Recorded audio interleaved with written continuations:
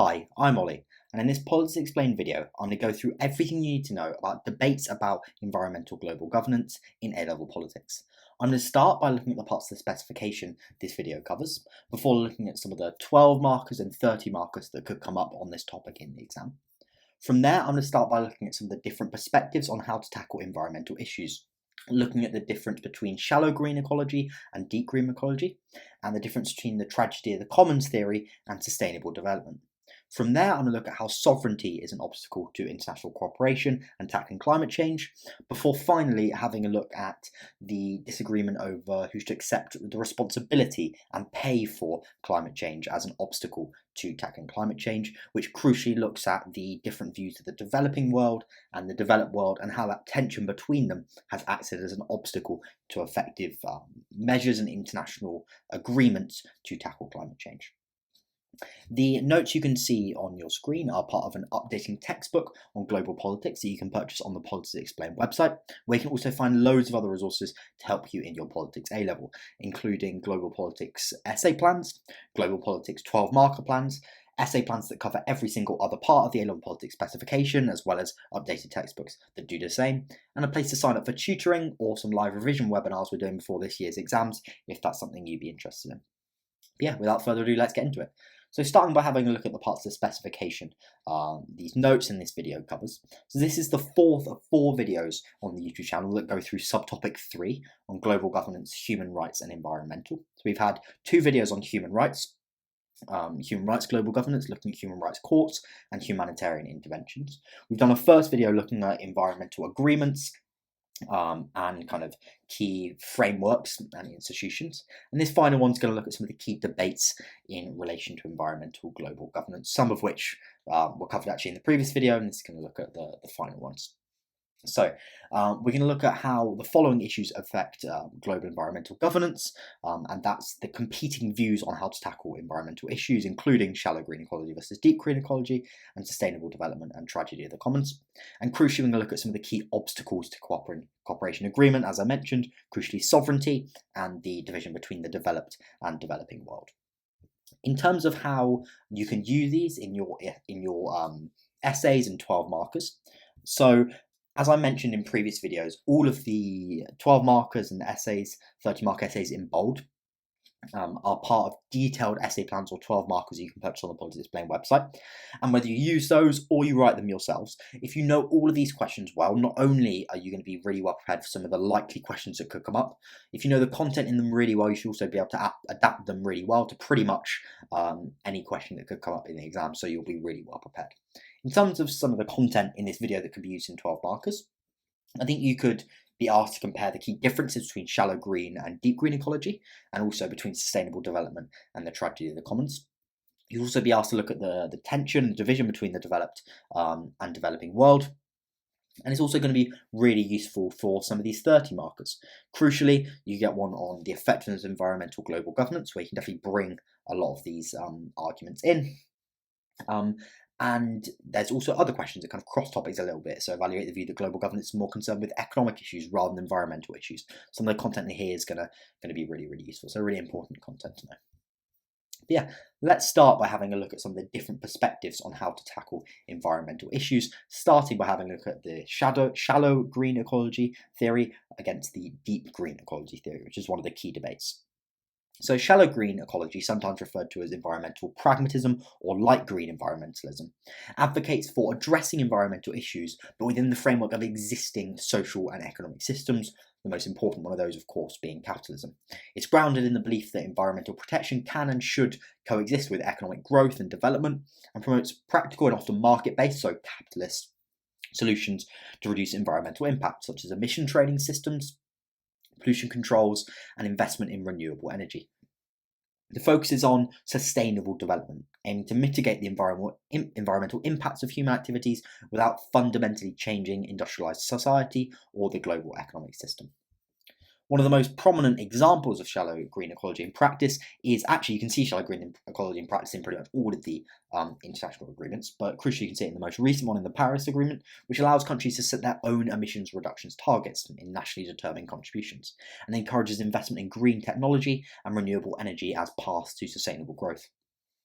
Many developed nations, as well as multinational corporations, embrace this perspective, as it's fundamentally in line with their interests. They're allowed to continue making profit, which we'll see the deep green ecology perspective doesn't support, and it's in line with continuing capitalism. And a good example of a policy that's in line with this is the European Union's emissions trading system, which caps overall emissions whilst allowing companies to buy and sell emissions allowances.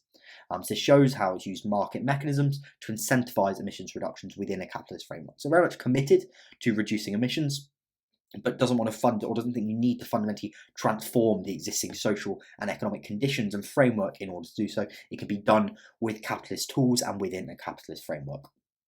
Whilst it's led to significant advancements, particularly in technological innovation, it's often criticised by deep green advocates for not addressing the real root causes of environmental degradation and not being radical enough to prevent the destruction of the planet. Nonetheless, it's really widely shared by global actors such as the EU and United States and large corporations who view environmental reform as a gradual process and really want to make sure they are aligned with their economic interests, which is always the primary motivation of course, the primary motivation of a corporation, a company, but also really the primary motivation of almost all states. The other perspective which we reference is deep green ecology, also known as radical environmentalism. And it advocates for a far more transformative approach to environmental issues. So it is crucially rooted in the belief that the current economic and industrial systems, particularly capitalism, are inherently unsustainable and bad for the environment.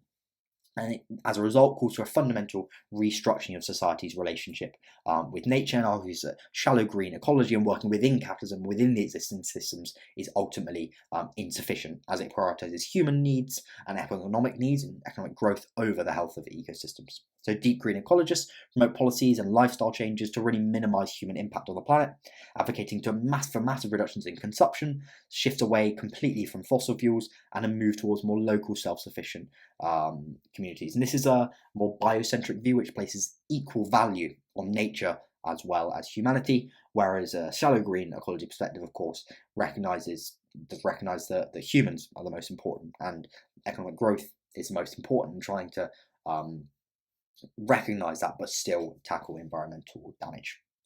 So it rejects capitalism and market-based solutions, arguing they perpetuate the very systems of exploitation of global capitalism that ultimately has led to climate change and environmental degradation. And you can see examples of deep green thinking in the degrowth movement, which advocates actually for downsizing economies to reduce environmental impact and promotes a more kind of simple, ecologically balanced lifestyle. While deep green ecology has really inspired a lot of environmental activism and grassroots movements, for example, you could see a lot of it in Just Stop Oil, or in, for example, Fridays for Future. A lot of the kind of young grassroots activists really support deep green ecology. However, it's been ineffective in truly influencing government policy or corporations, as it often really does challenge economic growth and their fundamental interests. So that's why you see shallow green ecology really dominates international action and the beliefs of states, but a lot more radical actors, such as grassroots activists, believe that the only solution has to be based on a deep green ecology perspective. Slightly linked into these is two other important kind of theories and ideas that are really useful. The first of these is the tragedy of the commons. So the tragedy of the commons is a very common theory. If you're doing A-level economics, you'll know it well. Explains why the international community struggles to share resources sustainably and suggests ultimately that states aren't going to be able to come together to tackle climate change. It was popularised by ecologist Garrett Hardin in 1968, and it describes how when individuals act in their self-interest to maximise resource use, they often deplete or degrade the shared resources upon which they all depend. So in the context of environmental issues, it suggests that since resources like air, oceans, and biodiversity are collectively owned by everyone, or technically owned by no one, they're vulnerable to overuse because individual actors lack sufficient incentives to limit their exploitation for the common good. Because if everybody else is making the most of the planet and growing economically, and one country decides not to, that country deciding not to isn't going to solve climate change because they need everyone to come together. So if one state looks around and sees that the other states aren't going to come together to tackle climate change, to reduce the impact on the planet, if they do so themselves on their own anyway, they're just shooting themselves in the foot, because they're not going to achieve their required objective of really meaningfully tackling climate change, and they're going to disadvantage themselves in comparison to other countries. So because it's a shared resource, the planet, the air, that ultimately suggests that countries are going to act in their own interests, and there aren't sufficient incentives for them to truly have meaningful reductions in their own emissions, and that means that the international community isn't going to be able to come together to tackle climate change. Because ultimately, if every state came together and decided to reduce their emissions significantly, transition to renewable energy, that would harm their economic growth. And if a few of those countries decided they're not going to do that, and they're going to keep using fossil fuels, they're going to have a major advantage economically. So that altogether effectively suggests that there's a real tragedy of commonly owned things like the planet, and that means that we're not going to be able to meaningfully tackle climate change. So as I said, this explains the difficulties in global climate action, where countries prioritise short-term economic gains over long-term environmental sustainability, such as fossil fuel-dependent countries like Saudi Arabia and Russia, which have resisted international efforts to reduce carbon emissions, as it's ultimately not in their economic interests. Similarly, many industrializations continue to have high emissions, recognizing that transitioning to cleaner energy may involve upfront costs and economic restructuring. The past 2 decades have really demonstrated how the tragedy of the commons plays out in global climate efforts. So despite international agreements like the Kyoto Protocol, the Copenhagen Accord and the Paris Agreement, global greenhouse gas emissions continue to rise, with many countries failing to meet their targets. And this reflects the central issue highlighted by this theory. Without strong mechanisms for accountability and incentives for collective action, countries may continue and will continue to prioritise national interests over global environmental needs, contributing to the persistent challenge of addressing climate change effectively. So without some form of accountability, say we were in a unipolar global order and the dominant state decided that it's something it wanted to do and needed to do, and decided to kind of threaten militarily every other state until they did it, or without there being some kind of incentives for collective action, it's not going to work, and that's ultimately what the tragedy of the commons theory argues. Counter to the tragedy of the commons theory is something called sustainable development, which you'll actually see quite a lot in the global politics part of the Edexcel A Level Politics course, especially, for example, when studying the United Nations. Sustainable development contrasts the tragedy of the commons. It's an approach to environmental management that aims to reconcile economic growth with environmental protection, and really argues that they can coexist. You can continue to develop economically as a planet whilst still tackling climate change. And unlike tragedy of the commons theory, which emphasizes the inherent conflict between individual gain and collective well-being, sustainable development is rooted in the belief that protecting the environment and economic prosperity, as I said, can reinforce each other. It's been really key to shaping the theory behind international efforts and agreements to tackle climate change. So it's been central to the Paris Agreement and the United Nations Sustainable Development Goals. For example, Goal 13 focuses specifically on climate action, aiming to integrate climate measures into national policies and strengthen resilience to climate-related hazards.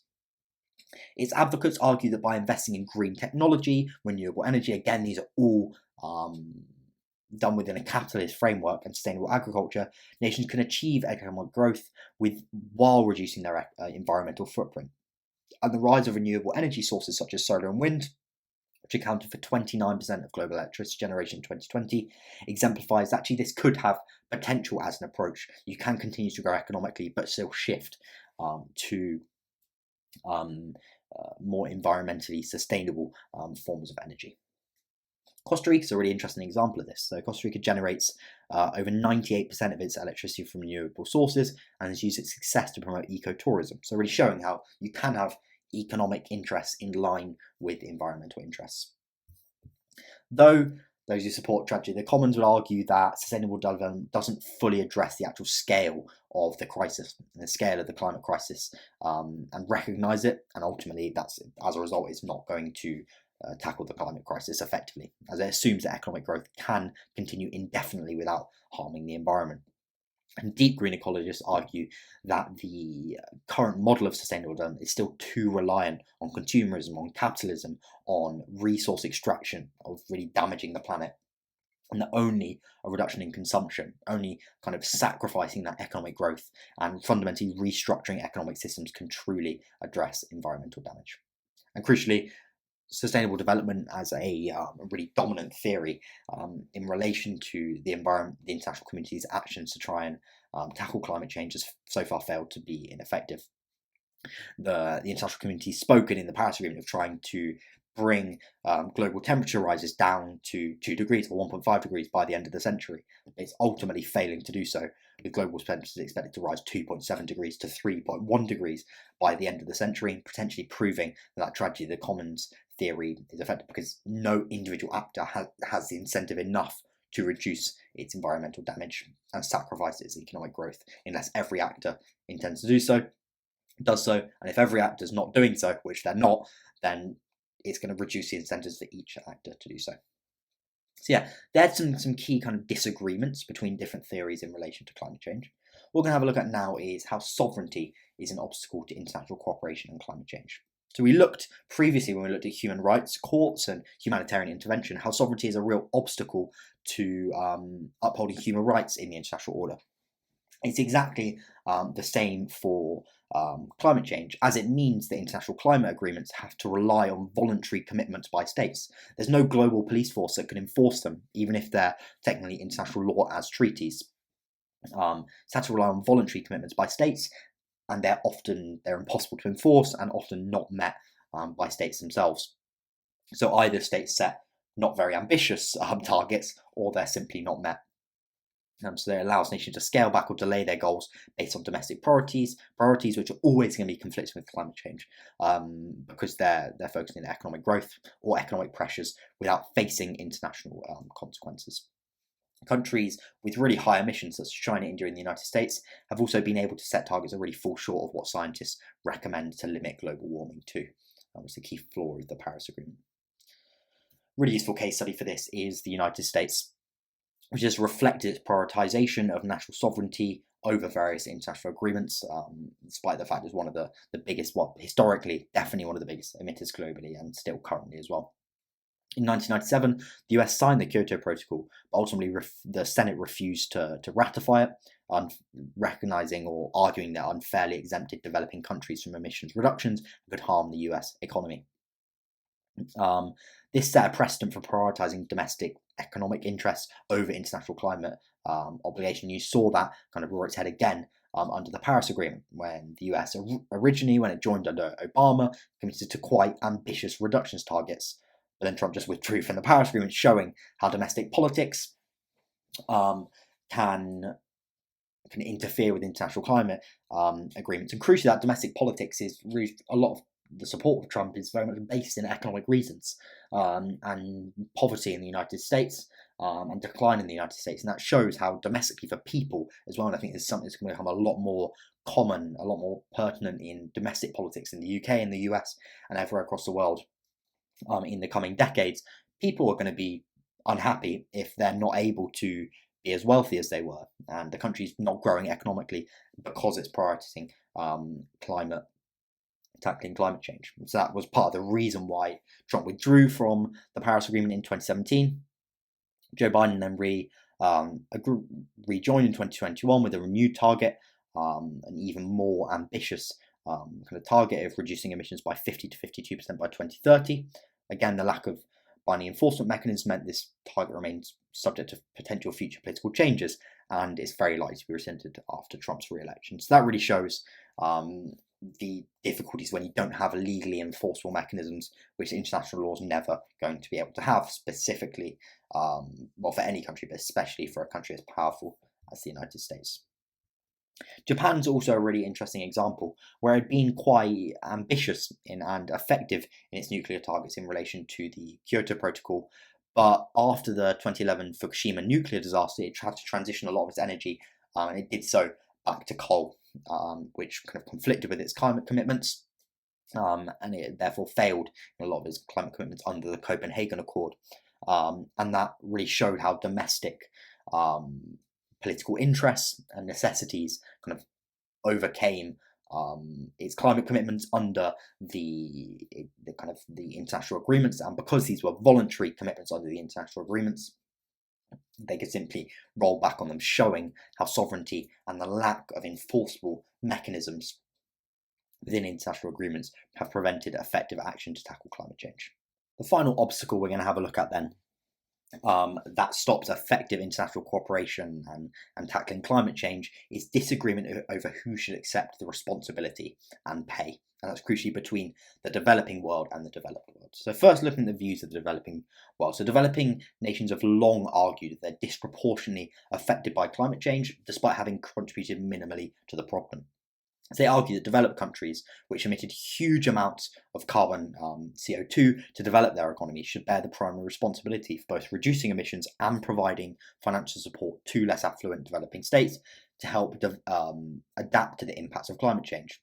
This is grounding in principles of fairness and equality, with developing nations advocating for a framework that recognises their limited contributions to climate change and their constrained resources to combat climate change effectively.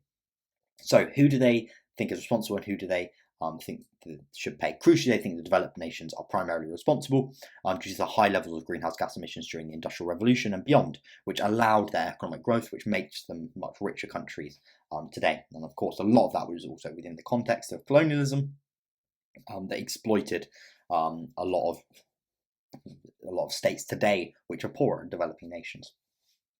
So this formed the basis for the kind of principle of common but differentiated responsibilities that was in the Kyoto Protocol, and that was then reflected in some of the international agreements, especially the Kyoto Protocol, but also later on, such as the Paris Agreement, where because there's nationally determined contributions, it's accepted that developing states which didn't contribute as much to climate change originally and haven't contributed as much are allowed less ambitious kind of CO2 reduction targets.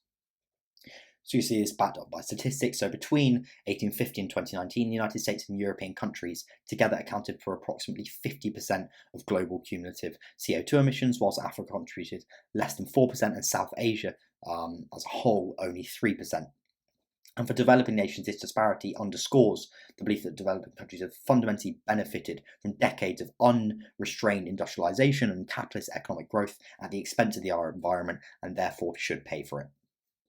This is again reflected in the Green Climate Fund, established under the UNFCCC, where, and this is reaffirmed in the Paris Agreement, where developed states committed to providing $100 billion annually to developing nations to help them adapt to climate change, build renewable technology, so that they can better meet the goal on time, whilst it not harming as much their economic growth, because they're getting some compensation in return. And that was met late though.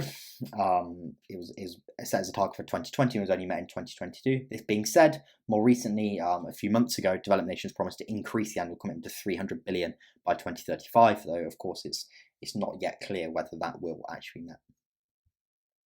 Crucially, developing nations think they have a right to grow economically.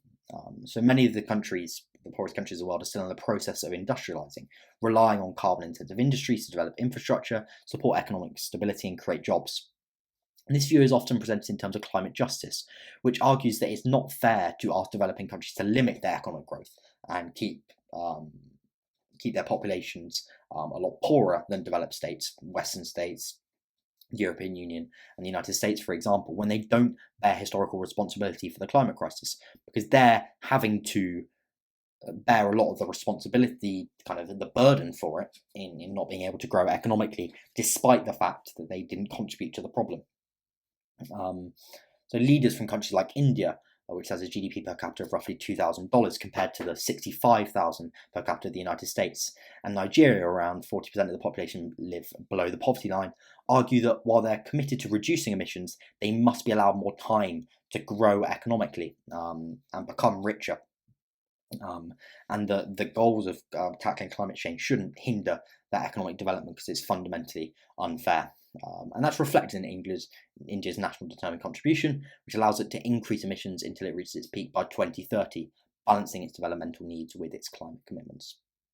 Developing nations therefore advocate for an approach that allows them to grow whilst gradually transitioning to cleaner energy sources, supported by financial and technological assistance from the rich developed nations that cause most of the climate change and effectively benefited economically from damaging the planet. On the other hand, then, you have the views of developed nations, which historically have been the largest contributors to greenhouse gas emissions and do recognise their role in climate change, but they argue that addressing the climate change crisis should be a shared global responsibility. So they generally advocate for a balanced approach where both developing nations and developed nations contribute to emissions reductions, and this is based on the view that whilst they should take the lead as developed nations that have benefited the most from damaging the planet, emerging economies with increasing emissions, like China, the biggest emitter globally, and India, must also commit to ambitious climate goals to prevent further global warming. So they acknowledge that they've contributed disproportionately to historical emissions, but they argue that the climate crisis now requires collective responsibility, with all nations committed to significant emissions reductions. Obviously, it's easier for them to say when they're richer now and they've benefited from environmental damage. So they argue that while they should play a leading role, developing countries with growing emissions should also bear some responsibility for climate action, given their increasing contributions to global greenhouse gas emissions. For example, China accounts for approximately 30% of current global CO2 emissions, whilst India contributes around 7%, surpassing the combined emissions of the entire European Union. And this was prominent in the Copenhagen Accord, where developed nations advocated for voluntary commitments from all countries, and it's again seen in the Paris Climate Agreement as well, including major emerging economies. What we're going to have a look at now is how this debate has kind of developed over time through different agreements and different COPs in particular. You can see here early on in the Kyoto Protocol, which is one of the earliest major international agreements to address climate change. And in it, crucially, only developed countries were required to reduce their emissions. Developing countries successfully argued that their low historical emissions and economic needs should exempt them from binding targets. But this did create significant division. The United States, ultimately, the Senate refused to ratify the Kyoto Protocol, largely citing concerns over economic competitiveness and the absence of binding commitments from rapidly industrializing nations like China and India. And the limited participation and lack of legally binding commitments for developing nations highlighted early tensions between the groups, and these kind of disagreements set a precedent that would continue to shape climate negotiations since. There was then a shift in the Copenhagen Accord, a real shift where developing nations and developed nations all had to set non-binding emissions targets. Developed nations argued that rapidly growing economies, especially China and India, especially by 2009, should commit to prevent future emissions increases from undermining global progress on climate change.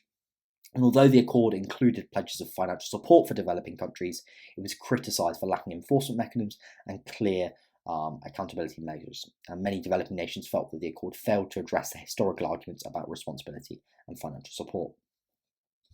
There was then progress, but with persistent tension in the Paris Agreement, which is a significant milestone as it kind of continued with voluntary commitments, with kind of a framework that required all countries to set their own national determined contributions, retaining the kind of common but differentiated responsibilities principle I explained in the previous video, if you want to go back to that.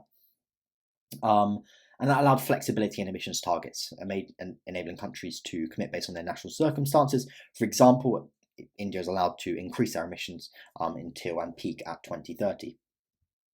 Developing countries view this as an improvement, as it did also include provisions for climate finance, with developed nations pledging to mobilise 100 billion annually by 2020. This target, as I've kind of mentioned a number of times, was not met until 2022. Tensions rose again, with developing nations expressing further frustration over unfulfilled promises. Mia Mottley, for example, the Prime Minister of Barbados, argued that the 100 billion target is insufficient and that financial support from developed states should be increased significantly to reflect the scale of the climate crisis. Developed countries also saw the Paris Agreement as an improvement, as it required all countries to submit nationally determined contributions and commit to regular progress reviews.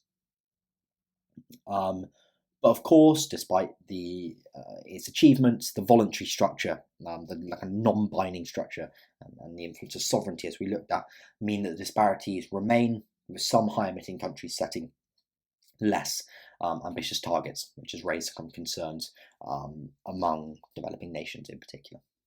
More recently, the tension between developing nations and developed nations in relation to who should pay for climate change and the extent to which there should be financial support for developing nations by developed states has really been key in the debate over their loss and damage compensation, and the COP27 agreement was really key to this. So, one of the most divisive issues has been the call for loss and damage compensation. And developing nations, especially vulnerable countries within the Climate Vulnerable Forum, have long advocated for a dedicated fund to compensate them for irreversible impacts of climate change. And at COP26, and this is what the loss and damage fund is, there's been irreversible impacts to climate change to these countries. There'll be further ones, and they should be compensated by developed states who ultimately are responsible for the vast majority of global emissions as they were industrializing and growing economically through the 19th and 20th centuries in particular. At COP26 in Glasgow, this demand gained international attention, but developed countries, particularly the US and the European Union, resisted it, arguing that such a fund could imply legal liability for historical emissions, which they really didn't want to do.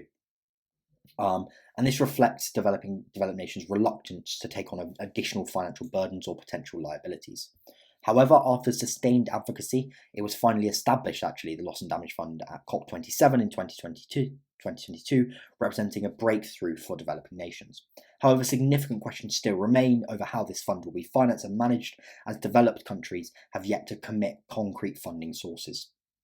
So this unresolved debate over who will actually fund the compensation underscores how different perspectives on historical responsibility continue to complicate cooperation. But of course, it was an achievement and a step forward, the agreement to a loss and damage fund eventually at COP27.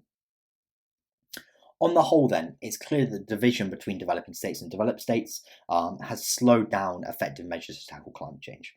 Every conference and agreement involves significant tensions and the need for compromises that have stood in the way of the international community having an agreed strategy and pursuing legally binding commitments on all countries.